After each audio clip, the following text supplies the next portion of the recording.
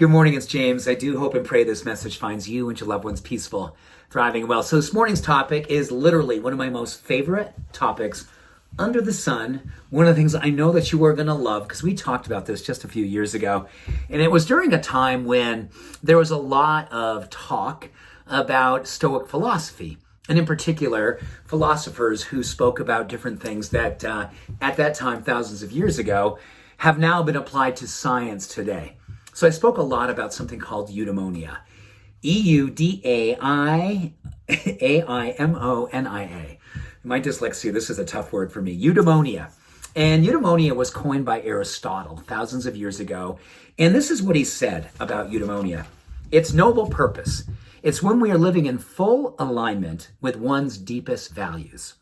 He went on to say, if one achieves Eudaimonia, you will have lived in the highest of human achievement, and you will have executed on your very existence. Wow, Eudaimonia.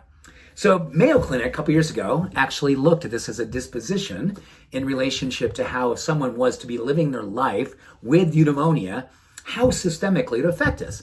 And what they found out is that there was a direct relationship to living with one's values, living your highest expression, being in total integration, mind, body, spirit, values, emotions, and directly impacting lowering systemic inflammation. So in that, you lower your risk for heart disease, you lower your risk for Alzheimer's and cancer and all kinds of autoimmune diseases, and basically you lower your risk for early mortality. Isn't that awesome? Well, what's even more awesome, I think, today is that how the science has continued.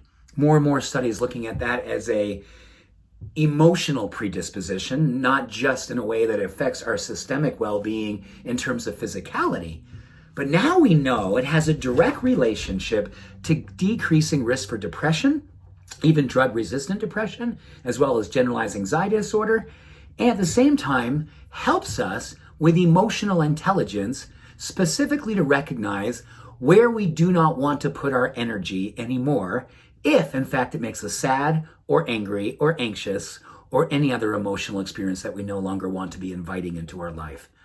Wow. It literally helps us to recognize those spaces, those people, those environments where we go, you know what?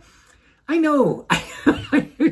Right. And I'm not laughing because it's funny. I'm laughing because I'm thinking of myself when I've been in places where I've gone, yeah, I want to go in there and fix that situation. And then I know right after that, I'm like, oh my gosh, what was I doing? Why did I get involved in that thing on social media? Why did I do any of these things? Well, this is Eudaimonia, and it helps us to recognize before we go there. And along with that, if we're not even going there, just helps us to buoy up our emotions and our emotional resilience.